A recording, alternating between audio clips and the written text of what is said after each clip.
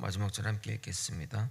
그때의 제자가 더 많아졌는데 헬라파 유대인들이 자기의 과부들이 매일의 구제에 빠짐으로 히브리파 사람을 원망하니 열두 사도가 모든 제자를 불러 이르되 우리가 하나님의 말씀을 제쳐놓고 접대를 일삼는 것이 마땅하지 아니하니 형제들아 너희 가운데서 성령과 지혜가 충만하여 칭찬받는 사람 7을 택하라. 우리가 이 일을 그들에게 맡기고 우리는 오로지 기도하는 일과 말씀 사역에 힘쓰리라 하니 온 무리가 이 말을 기뻐하여 믿음과 성령이 충만한 사람 스데반과 또 빌립과 부르고뇨와 니가노르와 디몬과 바메나와 유대교에 입교했던 안디옥 사람 니골라를 택하여 사도들 앞에 세우니 사도들이 기도하고 그들에게 안수하니라. 아멘. 초대교회 공동체는 여러 가지 시련을 겪게 됩니다. 외적인 시련 그리고 이어서 내적인 시련들이 교차로 시험이 닥칩니다. 그런데 이 외적인 시련은 공동체가 와해될 지경에 이르게 되지만 오히려 그 위기를 극복하고 공동체가 더 부흥하는 결과로 나타납니다. 이 외부의 그 시련은 오히려 공동체를 내부적으로 단단하게 묶는 결과로 이어집니다. 단 하나님의 공동체에 한해서 말입니다. 반면 내부의 문제는 사실 아무것도 아니고 무시해도 될 정도의 문제지만 정작 공동체가 무너지는 것은 내부의 분열입니다. 역사를 통해 수많은 왕조의 멸망에는 내부의 분열이 크게 작용했음을 확인할 수 있습니다. 그래서 이 내부의 분열로 약해진 나라나 국가나 공동체가 외부의 적이 공격함으로써 쉽게 무너지게 되는 겁니다. 오늘은 아나니아와 삽비라 부부의 문제에 이어 다시 내부의 문제입니다. 사도들이 긴급하게 그리고 현명하게 그 문제를 조기에 해결함으로써 공동체가 무너질 위기를 차단하게 됩니다. 그 문제의 원인이 무엇이며 어떻게 해결해 갔는지 살펴보도록 하겠습니다. 초대교회 공동체는 히브리파 유대인과 헬라파 유대인들이 있었습니다. 이 헬라파 유대인들은 아수르와 바벨론 시대 때 포로로 끌려갔던 사람들의 후손입니다. 하나님의 약속대로 포로가 끌려간 지 70년 후 다시 이스라엘에 돌아올 수 있었지만 모든 사람이 돌아온 것은 아닙니다. 그러나 돌아오지 않은 그들을 욕할 수가 없습니다. 그들 대부분은 태어나기를 그곳에 태어나 그곳의 언어와 문화에 익숙한 자들이기 때문입니다. 한 세대를 보통 20년으로 잡지 않습니까? 그러면 70년이면 3세대까지 태어났고 그들에게 이스라엘은 오히려 남의 나라와 마찬가지이기에 돌아오는 것이 쉽지 않았을 것입니다. 여러분 재미교포 3세나 제일동포 3세를 생각하시면 쉽게 이해가 될 것입니다. 그러니까 그렇게 해서 그러니까 그 이스라엘이 아닌 그 세계 곳곳에 퍼져 있는 사람들을 디아스포라 유대인이라고 말합니다. 역사적으로 유대인들은 탄압의 대상이 있게 전 세계에 유대인이 없을 정도로 곳곳에 퍼져 있습니다. 탄압하니까 도망가고 이주하고 이러다 보니까 이제 그렇게 있는데 고유의 독특한 전통을 지키며 살았기에 그 나라와 민족에 흡수되지 않았습니다. 그런 원인 때문에 또 탄압이 되기도 했던 것입니다. 유대인의 종교성 때문에 외국에 살았어도 신앙의 정체성을 잘 지켜왔고 그래서 유대 남성이라면 그 이스라엘의 3대 절기 때 성전에 오는 규례를 지켰던 겁니다. 디아스포라 유대인 중 1년에 3번 오는 경우는 흔치 않고 가까운 거리도 아니니까 1년에 한 번 정도 왔을 것이라고 역사학자들은 추정합니다. 그런데 왜 이 예루살렘 교회에 헬라파 유대인들이 있었을까요? 그들은 오순절 때 성전 방문을 했다가 성령이 임했고 그 이후로 고향에 돌아가지 않고 그 교회에 남아서 복음 전도의 일을 감당하며 함께 공동체 생활을 한 것입니다. 그들의 생활 근거지가 이곳이 아니다 보니 의식주를 해결해야 되는데 일자리는 한정돼 있고 거기다가 말도 잘 통하지 않는 유대인을 누가 쓰겠습니까?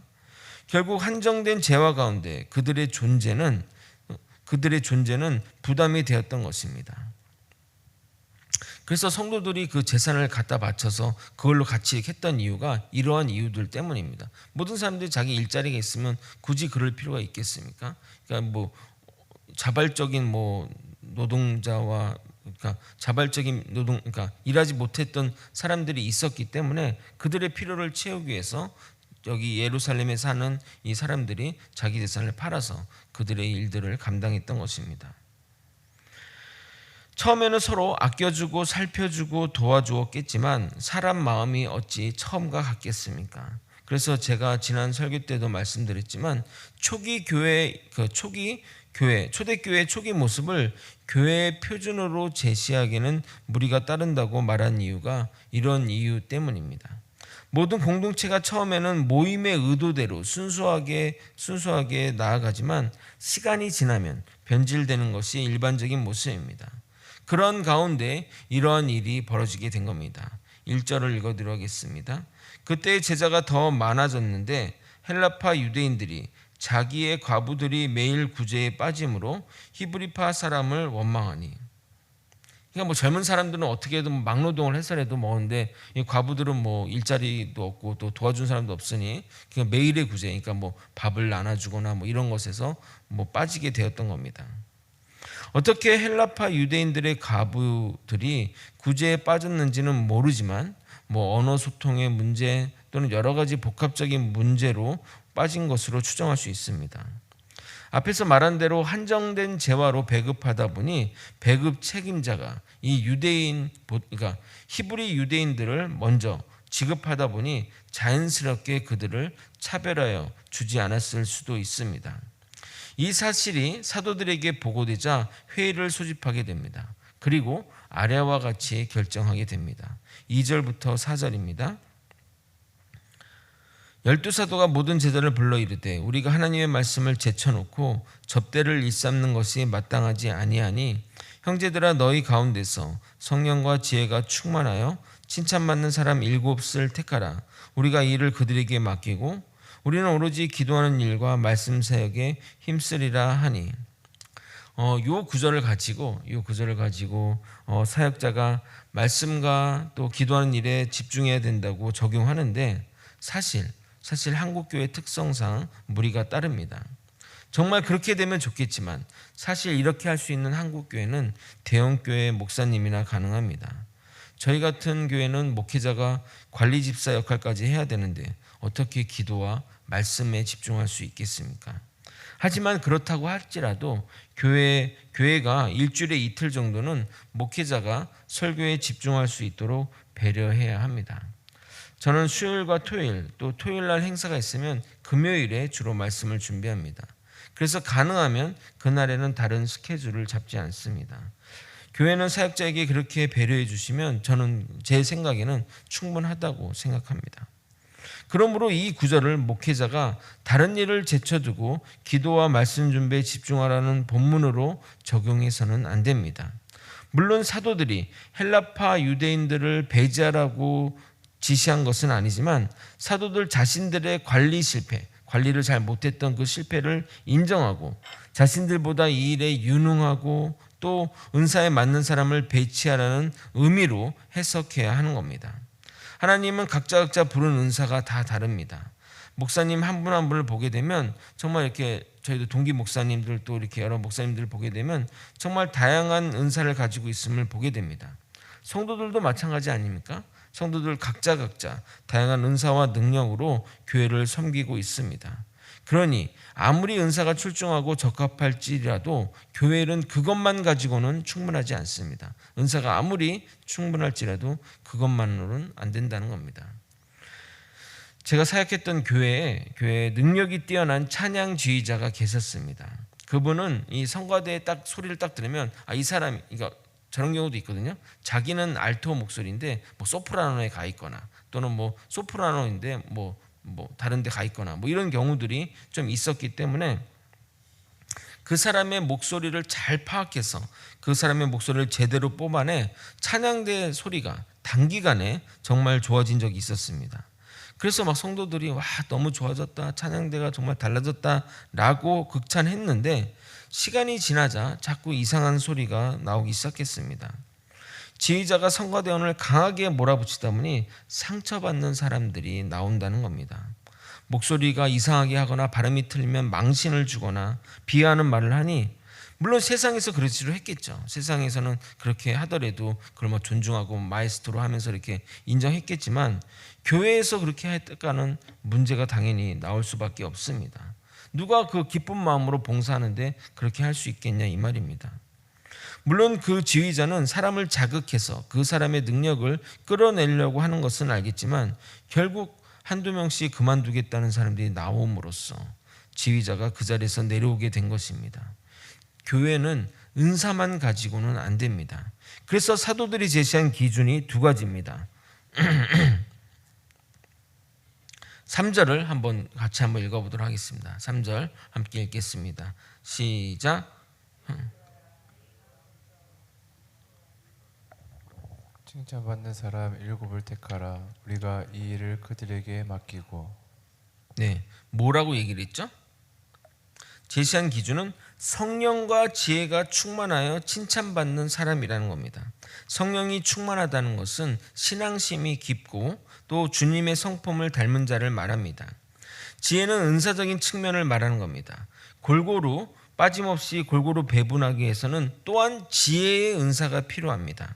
그리고 마지막으로 나는 내가 성령과 지혜가 충만한데 해서는 안 되고, 사람들의 칭찬을 받는다는 것은 사람들이 인정하는 사람이 되어야 한다는 것입니다.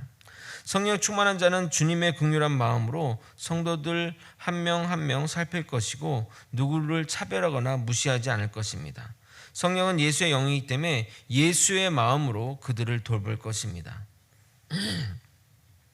그런 결정을 하자 그동안 이래저래 불만이 많았던 사람들이 이 말에 기뻐하게 됩니다. 사도들은 지체 없이 7지사를 세워 구제와 교회의 물건을 관리하는 일을 맡기게 됩니다.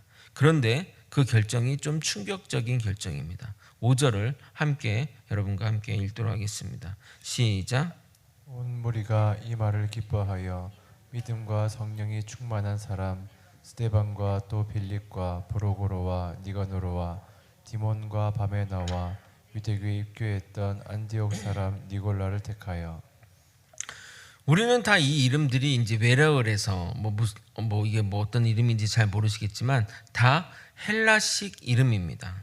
예루살렘에 살던 사람들도 헬라식 이름을 가지고 있던 사람이 있어서 모두 헬라파 유대인이라고는 할 수 없지만 대부분이 헬라파 유대인이 분명합니다.